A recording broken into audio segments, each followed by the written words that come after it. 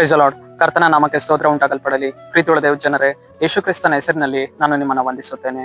ಯೆಶಾಯ 43ನೇ ಅಧ್ಯಾಯ 2ನೇ ವಚನದಲ್ಲಿ ವಾಕ್ಯವು ಈ ರೀತಿಯಾಗಿ ಬರೆಯಲ್ಪಟ್ಟಿದೆ. ನೀನು ಜಲರಾಶಿಯನ್ನು ಹಾದು ಹೋಗುವಾಗ ನಾನು ನಿನ್ನ ಸಂಗಡ ಇರುವೆನು ಎಂದು ವಚನವು ಬರೆಯಲ್ಪಟ್ಟಿದೆ. ಅಂದರೆ ಪ್ರೀತಿಯುಳ್ಳ ದೇವ ಜನರೇ, ಕರ್ತನ ಆತ್ಮನು ಈ ಮುಂಜಾನೆ ವೇಳೆಯಲ್ಲಿ ಆತನು ನಮ್ಮೊಟ್ಟಿಗೆ ಈ ರೀತಿಯಾಗಿ ಮಾತನಾಡುವವನಾಗಿದ್ದಾನೆ. ಮಗನೇ, ಮಗಳೇ, ನೀನು ಜಲರಾಶಿಯನ್ನು ದಾಟಿ ಹೋಗುವಾಗ ನಾನು ನಿನ್ನ ಸಂಗಡಿಗನಾಗಿಯೇ ಇರುವೆನು ಎಂದು ಕರ್ತನು ಈ ಮುಂಜಾನೆ ವೇಳೆಯಲ್ಲಿ ನಮ್ಮೊಟ್ಟಿಗೆ ಮಾತನಾಡುವವರಾಗಿದ್ದಾರೆ.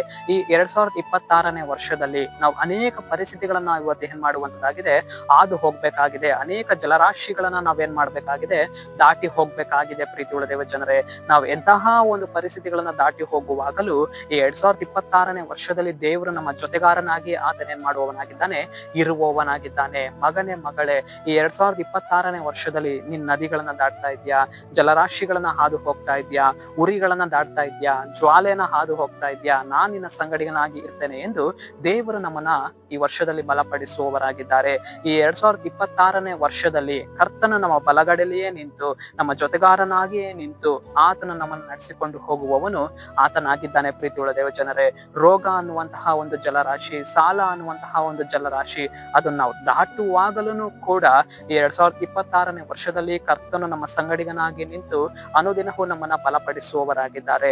ಮುಳುಗುವಂತಹ ಪೇತ್ರನನ್ನ ದೇವರು ಏನ್ ಮಾಡಿದರು, ಕೈ ಹಿಡಿದು ಎತ್ತಿದರು. ನಾವಿವತ್ತು ಈ 2026ನೇ ವರ್ಷದಲ್ಲಿ ನಾವು ಮುಳುಗಿ ಹೋಗದಂತೆ, ನೀರಿನಲ್ಲಿ ನಾವು ಬಿದ್ದು ಹೋಗದಂತೆ, ಜ್ವಾಲೆಗಳು ನಮ್ಮನ್ನ ದಹಿಸಿ ಬಿಡದಂತೆ ದೇವರು ನಮ್ಮನ್ನ ಕೈ ಹಿಡಿದು ಎತ್ತಿ ಉನ್ನತಿಗೇರಿಸುವವರು ಆತನಾಗಿದ್ದಾರೆ. ಪ್ರೀತಿಯುಳ್ಳ ದೇವ ಜನರೇ, ಈ ವರ್ಷ ಪೂರ್ತಿಯಾಗಿ ದೇವರು ನಮ್ಮ ಜೊತೆಗಾರನಾಗಿ ನಡೆಸುವವರು ಆತನಾಗಿದ್ದಾರೆ.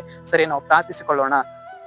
ಅಪ್ಪ ಕರ್ತನೆ, ನಿಮ್ಗೆ ಸ್ತೋತ್ರ ಸ್ವಾಮಿ. ಈ ಮುಂಜಾನೆ ವೇಳೆಯಲ್ಲಿ ದೇವರೇ, ಈ ವಾಕ್ಯ ಭಾಗ ಸಂದೇಶವನ್ನ ನೋಡ್ತಾ ಇರುವ ಜನಗಳನ್ನು ಸಂಧಿಸು. ಈ 2026ನೇ ವರ್ಷದಲ್ಲಿ ದೇವರೇ, ನಾವು ದಾಟಬೇಕಾಗಿರುವಂತಹ ಎಲ್ಲ ಜಲರಾಶಿಗಳ ಮಧ್ಯದಲ್ಲಿ ನೀನ್ ನಮ್ಮ ಜೊತೆಗಾರನಾಗಿರುವುದಕ್ಕಾಗಿ ಸ್ತೋತ್ರ ಅಪ್ಪ. ಅನುದಿನವೂ ನಮ್ಮ ಕೈ ಹಿಡಿದು ನಡೆಸುವುದಕ್ಕಾಗಿ ಸ್ತೋತ್ರ. ನಜರೇತಿನ ಯೇಸುವಿನ ನಾಮದಲ್ಲಿ ತಂದೆಯ ದೇವರೇ, ಆಮೆನ್, ಆಮೆನ್.